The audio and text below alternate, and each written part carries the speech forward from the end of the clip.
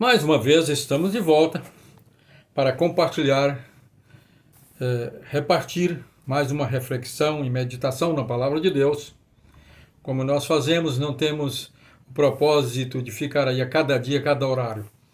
Nós compartilhamos aquilo que Deus nos dá através dos momentos devocionais e que nos fazem bem. E eu tenho certeza que fazem para as pessoas que compartilhar, receber essas mensagens. Agradeço os que estão sempre curtindo, comentando, compartilhando, que sejamos abençoados mutuamente. Nossa reflexão hoje está baseada no capítulo 16 do livro de Levítico, que fala sobre o cerimonial, o ritual do dia da expiação. Deus separou no 7º mês do ano de Israel, do calendário judaico, no dia 10, o dia da expiação, do perdão, hoje conhecido como Yom Kippur, né? Esse dia, então, nesse dia, o povo de Israel, aqui segundo o ritual antigo, tinha que fazer ali sacrifício de cordeiro, sacrifício de bezerro, né, de um novilho, e 2 bodes. E a finalidade era para purificar e expiar os pecados cometidos durante um ano, né? E essa purificação, esse ritual, começava primeiramente com o sacrifício da expiação e holocausto para a purificação dos pecados do sacerdote e sua família, e do povo, e por fim do próprio tabernáculo, que Deus diz, esse tabernáculo também tem que ser purificado, porque ele está no meio desse povo, aí do acampamento, e eles com seus pecados têm contaminado. E isso é muito simbólico, porque o tabernáculo representa o corpo, nosso corpo, o ser humano. A parte externa, o átrio, representa o corpo físico. E as duas partes unas lá dentro, que era a tenda da congregação, tinha um compartimento mais profundo, isolado, onde ficava a arca do testemunho, com propiciatório, e que representa o espírito. E a parte onde ficava a mesa dos pães asmos, o candelabro, onde o sacerdote ali entrava todos os dias, acendia as lâmpadas e então queimava o incenso no altar de incenso. Isso representa a nossa alma. E na parte externa ficava o lugar dos sacrifícios, que representa o nosso trabalho, o nosso servir ao Senhor. Muito bem. Então, ali no santo lugar, ele entrava todos os dias, mas lá no Santo dos Santos, só no dia 10 do mês 7º, para fazer essa expiação, com o sangue ali do novilho, que ele havia sacrificado para a expiação, e fazia então o toque ali na arca, né, do Senhor 7 vezes. E levava também no incensário turíbio, né, que diz, o incenso, 2 punhados, com as brasas tiradas do altar lá de fora, e colocava ali e enchia o Santo dos Santos de fumaça, aquele perfume gostoso, que representa as nossas orações.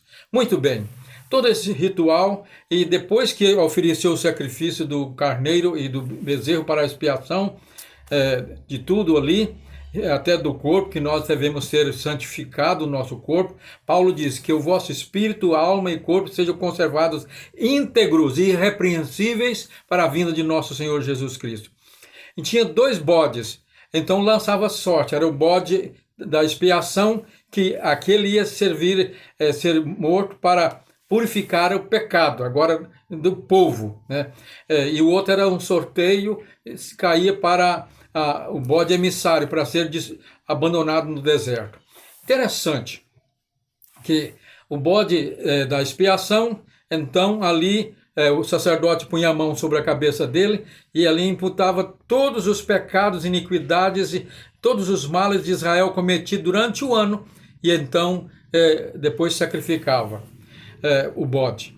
O bode emissário, ele vinha ali também e punha a mão sobre a cabeça dele e passava para ele aqueles pecados, todo o pecado, confessava todo o pecado de Israel durante o ano, e alguém era incumbido de levar esse bode lá para o deserto, bem longe do acampamento e abandonado lá.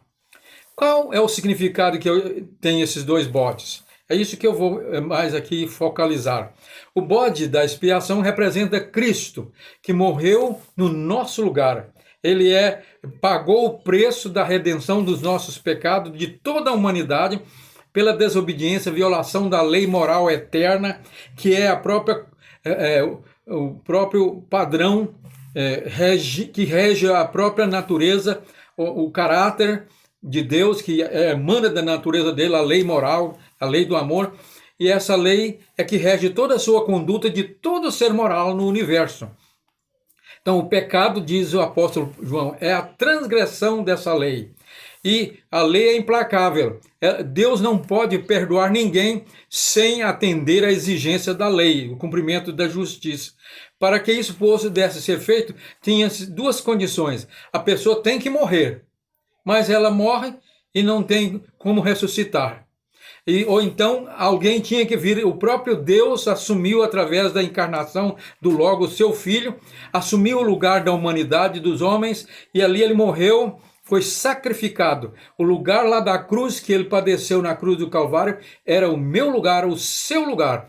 E ele então morreu ali e pagou toda a exigência que a lei moral exigia para que Deus pudesse perdoar, justificar o pecador e dar-lhe perdão e condição de ter uma nova vida, reconstruir uma nova história de vida. Então, esse bode que morreu ali representa o sacrifício redentor, expiatório de Jesus Cristo. E o bode emissário? Há alguns teólogos e denominações que ensinam que ele representa Satanás, que foi expulso, abandonado lá. Tem nada a ver, Satanás não tem nada a ver com os nossos pecados. Satanás não ajuda, não tem nenhuma ação no processo da redenção e da salvação. Ele nem culpa dos nossos pecados ele não tem. A culpa de Satanás, do diabo, é de tentar. Agora, a culpa do nosso pecado é nosso, porque nós cedemos à tentação. Então, o que representa aquele bode? Também representa o outro lado da obra de Cristo. Assim como ele morreu e pagou o preço dos nossos pecados, ele levou sobre si todas as nossas iniquidades, e então Deus, agora, o mesmo Deus que providenciou a redenção, o perdão, ele providenciou também uma vida de paz e tranquilidade em que ele apagou os nossos pecados. Lá em Miqueias nós encontramos o profeta dizendo que ele nos perdoa e esquece os nossos pecados e lança nas profundezas do mar. Deus não tem prazer em nos fazer sofrer, relembrando das nossas memórias da vida pecaminosa, dos nossos pecados. Quando isso acontece, não é de Deus. Quando nós sentimos acusados, vem sempre aquelas acusações de pecados que nós já reconhecemos, nós já confessamos a Deus e pedimos perdão, mas eles estão voltando, isso é obra de Satanás, que ele é o acusador dos irmãos. Lá em Apocalipse, a palavra de Deus diz que ele é aquele que acusa os irmãos de dia e de noite. Ele está sempre ali como com um tição queimando, como uma pitucha de cigarro, queimando a consciência para fazer a pessoa lembrar dos seus pecados passados. Então, o que você deve fazer? Você deve resistir o diabo. Jesus resistiu lá na tentação, ele diz, com a palavra, está escrito, ele diz, não só de pão vive o homem. E diz, por fim ele diz, retira-te, Satanás. Qual é a nossa resposta nesse momento? Quando esses pensamentos, esses assédios de lembrança de coisa errada que nós já fizemos, já confessamos, Deus já nos perdoou, nós temos que dizer simplesmente para ele, olha, o sangue de Jesus, o seu Filho, nos purifica de todo o pecado. Porque lá em Romanos capítulo 5, versículo 1, Paulo diz que justificados, isto é, perdoados, por meio da fé, temos paz com Deus. E fomos reconciliados com Deus. E Deus então pegou os nossos pecados, Cristo então levou para muito longe, para a terra lá do abandono, da solidão que diz. Lá que é o lugar das lembranças dos nossos pecados passados. Aqui nós temos que lembrar das bênçãos de Deus e ser grato a Ele. Quando você estiver sendo assediado por coisa que você já fez no passado, simplesmente lembra, maior que os nossos fracassos Nossos pecados são a misericórdia e a graça de Deus e o sangue de Jesus Cristo que nos purifica. João diz lá na sua primeira epístola: se confessarmos os nossos pecados, Ele, Deus, é fiel e justo para nos perdoar os pecados e nos purificar de toda injustiça. Ele diz: filhinhos, essas coisas eu vos escrevi para que vocês não pequem. Eu vos escrevi a vocês para que vocês não pequem. Mas se alguém pecar, temos advogado junto ao Pai, Jesus Cristo justo. Ele é a propiciação, quer dizer, o perdão não só dos nossos pecados, mas como do mundo inteiro.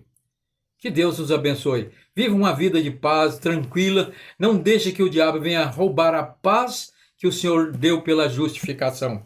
Isto é importante. Cristo morreu pelos nossos pecados, que nós praticamos e porventura pratiquemos. Nós pedimos perdão, então Deus perdoa. E o outro lado, Deus joga no esquecimento.